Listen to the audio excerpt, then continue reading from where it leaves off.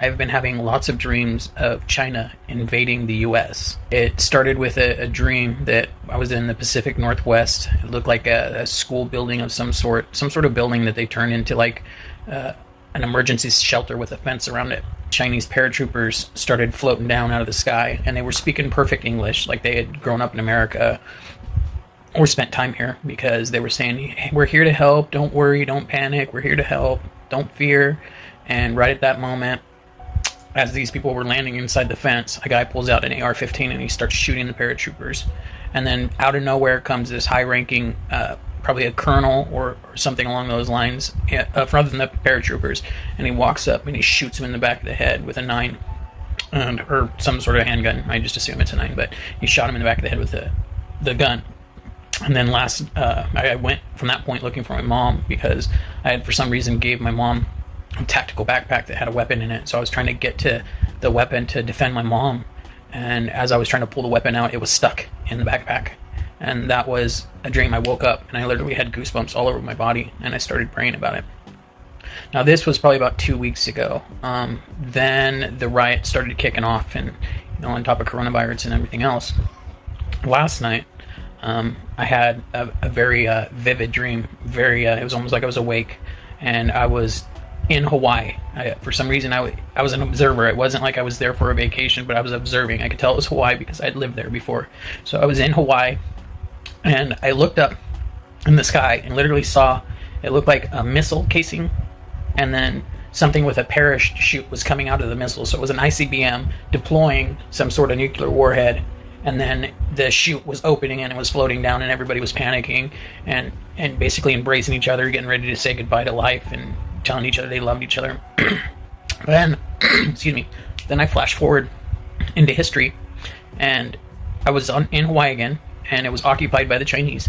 And they had like this memorial, and it looked like, those Chinese buildings.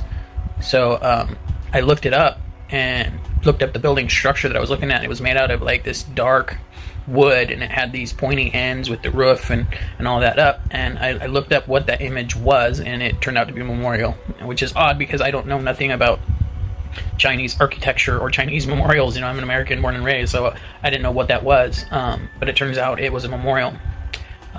Then I flashed forward to basically us being occupied. America was not America anymore.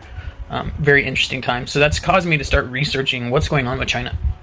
And one of the first things I saw this morning when I looked on the news is that some mysterious Chinese company that they can't identify has started buying up our meat plants. That's odd timing with our food supply and our food chains, and how much of an impact that, Trump even invoked the Defense Production Act over meat supplies because that was going to be the big threat. So it seems like the Chinese are studying through coronavirus what is America's weakness. Well, it's going to be internet, it's going to be our food chains, it's going to be our water supplies, it's going to be our infrastructure. The same places, by the way, that they are using cyber attacks with fake Facebook and Twitter accounts to try to get protesters to go and burn down. So they're already attacking us through Facebook, Twitter, Instagram, and they're pretending to be part of the protest movements and trying to get people to go to the police stations, fire departments, city hall, power plants, and other infrastructure. Think about that. Think about that, people. If they're setting up fake accounts trying to get us to target locations that would actually be military targets, if you think about it as warfare, these are the things you would need to take out to basically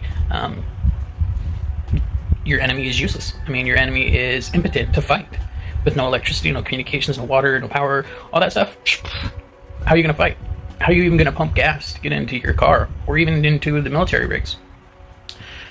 So a lot is going on, and I know we serve a God that is mightier than all this. So if we come together at this point, we humble ourselves, and then we cry out to God for forgiveness, He will heal our nation. That is what we need.